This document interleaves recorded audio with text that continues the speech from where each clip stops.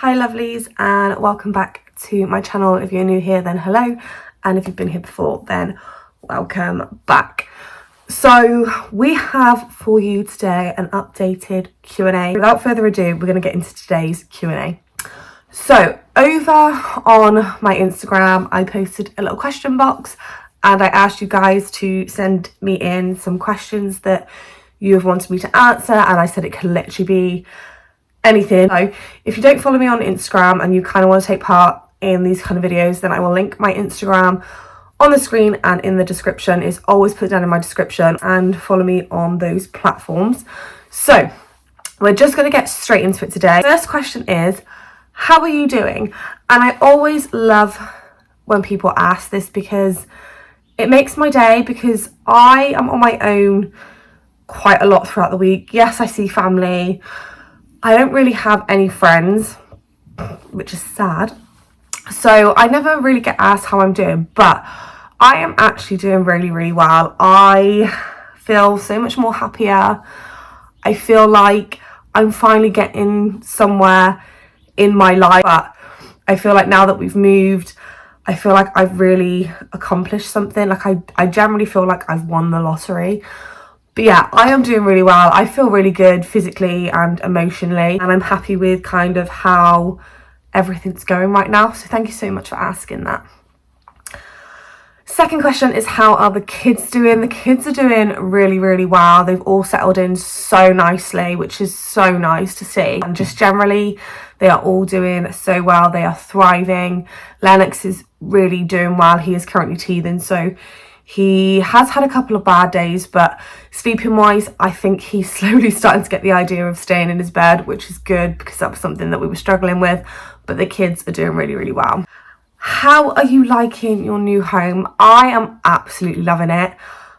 People think I'm crazy when I get so excited over living in a house. I am absolutely loving that the kids have got the freedom of the garden. They've got free run of the downstairs. Like, Summer's got her own room now. The kids, two little ones, are sharing. We've got our own space back. Like,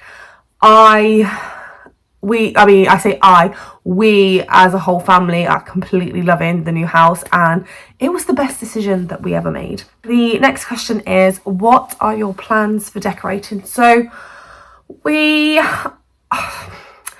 kind of a hard one because obviously with private renting, they don't like you doing a lot to their properties, but we are lucky in the sense that our landlord is quite good and has said that we can. But as of right now, I'm not entirely sure what I want to do. I have already fully planned the baby's bedroom, so it's just a case of getting all the bits together to do that. But that will all come in room transformations, because we know how much you guys love room transformations. So that will all be coming, but for plans at the moment, there isn't much. We are kind of just waiting on the landlord to come out and paint. The next question is, was saving hard? Yes. The simple answer is yes. I mean, saving for anything can be hard, especially in this day and age with the cost of living that has gone up. It's very hard when you kind of don't have that extra cash, but we did it. We made a lot of sacrifices, which I think ties in with the next question, so I might answer this in one. So saving was hard, and then the next question is tips for saving. So how we got around it really was, we really cut back on everything. We tried to literally live on bare minimum just so we could put enough money away to be able to save, to be able to obviously move. So we literally went through like our bank accounts and looked at what obviously was going out, and to see whether there was anything that could be cancelled, just temporary for now. And there was quite a few things that were kind of like pointless, like Apple Music and sort of apps that we had paid for on our phones, and just kind of little things like that. And I mean, some of them were kind of like really small amounts, but those small amounts really did add up. And also obviously James is working 2 jobs as well. I was obviously doing my best to obviously bring in what I could. It was very hard, but like tips is definitely to go through your accounts and your finances and find out what things could be like cut out temporary, like whilst you're saving for whatever it is that you're saving for. Also, try when you're doing your food shop, because I know food has like skyrocketed right now, and we made a meal plan. So, well, we've been doing it for a long time anyway, and it's really worked well. So we decided that actually it was time to start making a meal plan. That way you know exactly what you need. And we always look for the cheapest option in the supermarket. So if we know that we can get it cheaper somewhere else, we will get it elsewhere. So it's always kind of just looking and making sure that you can do things like as cheap as possible. We cut out on things like takeaways. I mean, we're lucky in the sense that we get a free takeaway because obviously James works at an Indian. So cutting out on takeaways, because we were like having like 2 to 3 takeaways a week, and it was getting quite bad actually, and it's quite embarrassing to say, but we cut out on things like that. We kind of stopped going out, wasting money on sort of like unnecessary things that we didn't need. So there's kind of lots of tips and tricks that you can do to save. The next question, which I thought was kind of interesting, is would you have taken your housing association to court?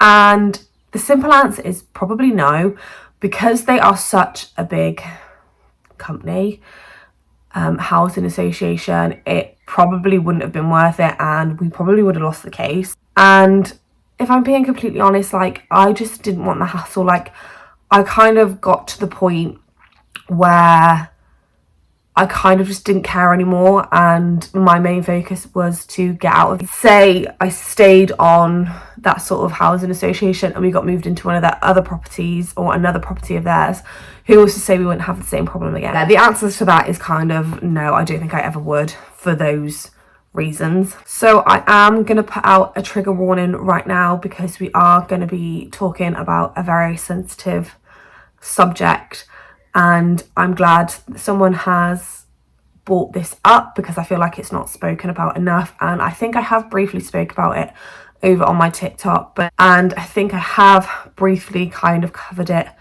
on here as well when I was talking in a story time. So I am going to give a trigger warning. So if anyone has suffered a miscarriage or has suffered with infertility, you may just want to skip ahead. I will, when I come to edit this, put a time frame on when we start talking about it and when we finish talking about it, so you can kind of skip ahead. So the next, I mean, I say question, but I mean, it is a question. So the next one is, I went through a miscarriage at the beginning of April. How do you get through it? So I don't think you can kind of ever get through it or get over it. Yeah, I don't think you, I mean, you do get through it, but I don't think you can ever fully forget or get over it. It's kind of a hard one, because my situation, it was very, very different. Even though we didn't want any more, and obviously we fell pregnant, it was still super painful. And I think it was just a case of having the support of family around to help you get through it, and the fact that you kind of have to tell yourself, like, it's not your fault, it's nothing that you did. I know in your head you think, oh my god, like, that should have been a healthy pregnancy. And I think I blamed myself for such a long time, you know, saying it was like my fault, like there's something wrong, obviously my body can't clearly cope, obviously it's supposed to be a healthy pregnancy, but it doesn't always turn out that way. And we do blame ourselves, and we kind of do go down into a dark hole. But for me, having the support of my family, and when I was ready, I know some people aren't ever ready, but for me, because it's not spoken about enough, I decided to speak out about it, and brought me closer to other people that had also gone through the same thing, which was kind of, it sounds silly, it was really comforting to me to know that I wasn't alone, because it generally feels like you are the only person that has gone through it and you feel so alone. So to connect with people that had gone through the same thing was quite comforting to me, and that helped me get through the miscarriage. And honestly, it was probably one of the hardest and darkest times in my life, as well as everything else that was going on. It kind of all happened at once. But you do get through it, and it does get easier. It doesn't say that, you know, you'll ever get over it, and you don't ever have to, because you were still pregnant. You still had that little glimmer of like hope there. But I promise you, like, you will get through it. Just make sure you have the support of family.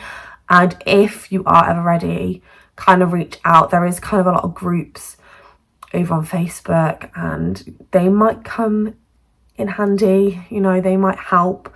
So yeah, like, I am extremely sorry for your loss. I know exactly how you feel. I have been there, and I promise you that in time it does get a little bit easier. Next question is, been looking into contraception, what worked for you? So this could be a very long answer to this question, let's put it that way. I have literally been on most things. So I've been on the pill when I was younger, and I fell pregnant, obviously with Summer. But before this, so before I fell pregnant with Summer on the pill, I had the implants, and I just bled so much that it got to a point I was like, I can't keep doing this. So they tried to counteract with a pill. So they gave me a pill to take alongside the injection to try and stop the bleeding and regulate sort of a normal cycle. That didn't work. The implant removed after, I think it was like 8 months. I had that taken out and stuck to a pill. I then obviously fell pregnant with Summer. And then after Summer, I went on a pill, which worked perfectly. I had no problems. And then I come off the pill because I'd been on it for quite some time before, obviously, things changed. I then had the coil fitted before I fell pregnant with Penelope, and I didn't really have any problems. The only kind of issues that we had that we were quite concerned about was the fact that I was having a lot of stomach pain, and they were never really sure whether it was down to the coil or not, or whether it was like my brain just sending signals to my belly and telling me that I had pain, but there wasn't really pain there. I went for loads of scans and stuff, and everything came back fine, but we decided that we wanted to try for Penelope, so I had that taken out. But once I had that taken out, I had no pain, so I kind of still put that the coil was causing the pain. And then obviously I went on to have Penelope. After having Penelope, I went on the pill again because I was absolutely petrified of having the coil put in again to have the same pain that I had before. And I fell pregnant on the pill with Lennox. And then after having Lennox, I had the coil fitted again because I was like, do you know what? It's the only thing that's kind of really worked for me, because every other form of contraception that I had been on, I just bled. I also, after I had Summer, I had the injection, which I think I've missed out. And I literally had the injection, I think it was something like 8 hours after having Summer, and I bled for almost a year on the injection. So I came off that and then went on the pill. Fast forward, I obviously got the coil fitted after I had Lennox, and it ended up not being in the right place. Ended up falling pregnant, but that ended in a obviously miscarriage. So I actually had to have the coil removed beforehand, before I obviously knew that I was pregnant, because it was completely in the wrong place. They don't know how long it had been out of place for, so basically it just wasn't doing its job, and it tried to expel itself, and I was in pain, and I had god awful heavy bleeding from where it was literally like ripping into my cervix, bearing in mind I already had a tear in my cervix from when I had Lennox, so that wasn't helpful. And so I was kind of worried about what I could have next, and there was kind of only 2 options in which I could, use. So my only two options that were kind of natural and not pumping anything into my system was obviously go back the old-fashioned way and use condoms, which we kind of were in between all this happening anyway. And then the other one was to have nothing at all. And I know you're probably thinking, what the hell? How does that work? So basically you have to track your full cycle, and there's apps that you can use to do this. Sorry, I've literally just ran up and down the stairs and I feel completely out of breath. And now having to come back to talk, I'm even more out of breath. Yeah, so you basically have to track your cycle, so like your periods. You have to take your temperature every day. You kind of have to check certain bodily fluids to find out when you're ovulating and when you're most fertile, and that is the window that you don't, obviously, you know. And then your like completely less fertile days is kind of like your window to do what you need to do. But one, I am extremely fertile, so regardless of whether I was in my fertile window or not, I probably would end up getting pregnant, which we don't want any more pregnancies. And I just wouldn't have the time to take my temperature every single day and to check everything that needs to be checked. I just wouldn't have the time.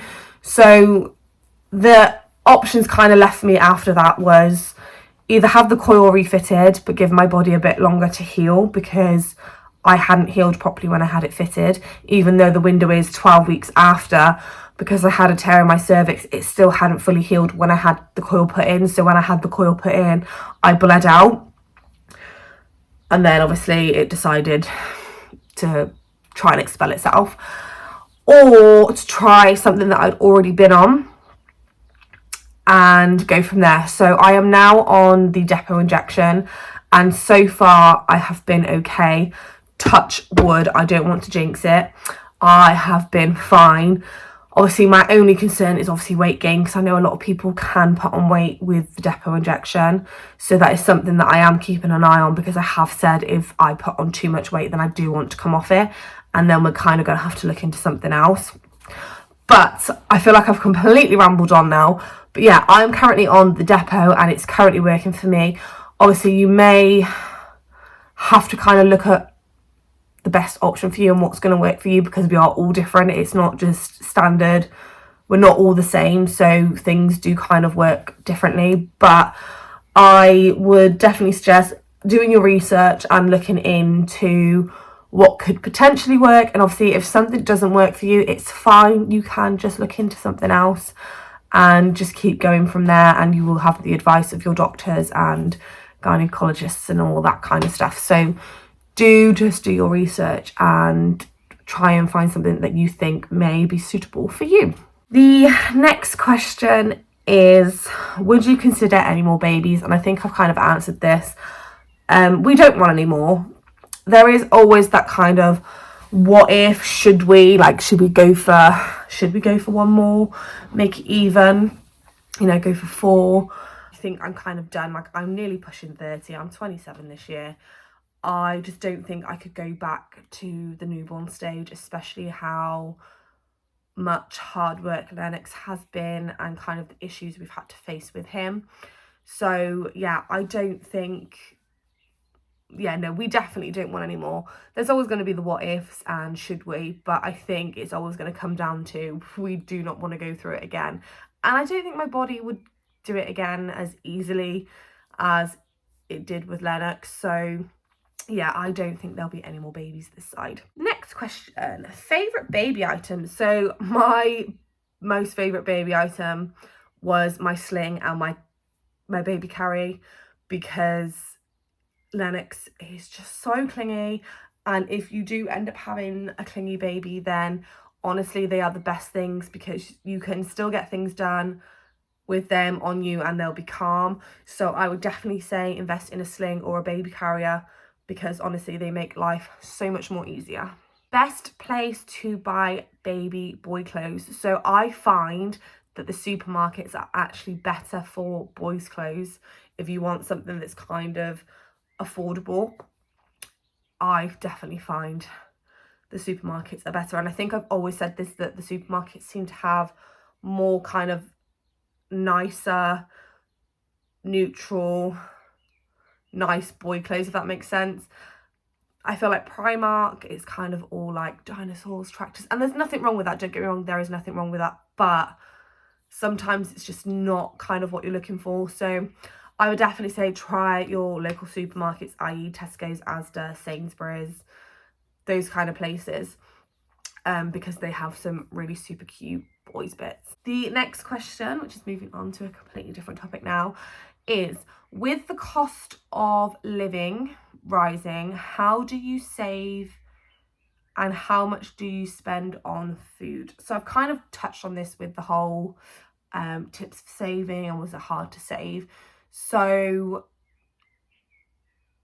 obviously, like I said, for saving, try and cut out the non-essential bits and pieces, because you will find that you save quite a bit and you actually come to realize how much you're kind of wasting on unnecessary things that don't need to be paid out.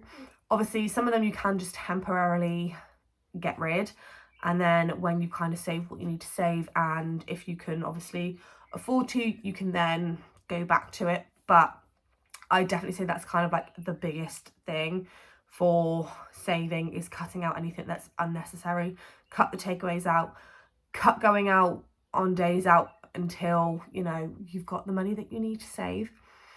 And then in regards to our food shop, when there was basically just 3 of us, we could spend anywhere between £30 and £40 and have full cupboards, full fridge, and it would do us. Then we obviously went on to have Penelope, and it went up a little bit, so we could spend anywhere sort of between 40 and 50, and again we'd have full cupboards, full fridge. Now that there's 5 of us, and when we go food shopping now, we can spend anywhere between £50 and £90. A lot of the time at the moment it has been around the 70-80 mark, and honestly we get home and we think, what have we spent that amount of money on? Because the fridge is practically empty, cupboards are practically empty, but we find every week that we go in, the price of things are constantly going up. So you kind of have to be really, really savvy. And honestly, try and like shop in the, like, they have like the reduced section. Yeah, the dates on them are like that day, but freeze it. Trust me, try and save the pennies where you can. I think we're kind of all feeling this whole crisis that's going on, but hopefully talks is that prices of things should start to come down by June, July time. Next question is, you have the baby's house, do you think you'll ever get married? So I would like to think that I would, but that all depends on James and when he decides to get down on a one knee, which I don't think he's in any rush to, and that's fine, like that's not an issue. But I would one day like to get married. So that's going to go ahead and conclude today's video. I really do hope that you have enjoyed. If you did, please remember to smash the thumbs up and click the subscribe button. And I shall see you guys in a brand new video very, very soon. Bye guys.